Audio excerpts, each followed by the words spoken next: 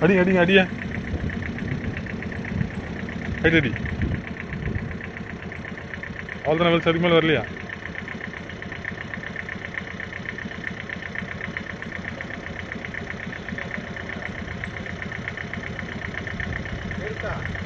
சரி நல்ல பாப்படா பாய் பெருசா இருந்துக்கிட்ட.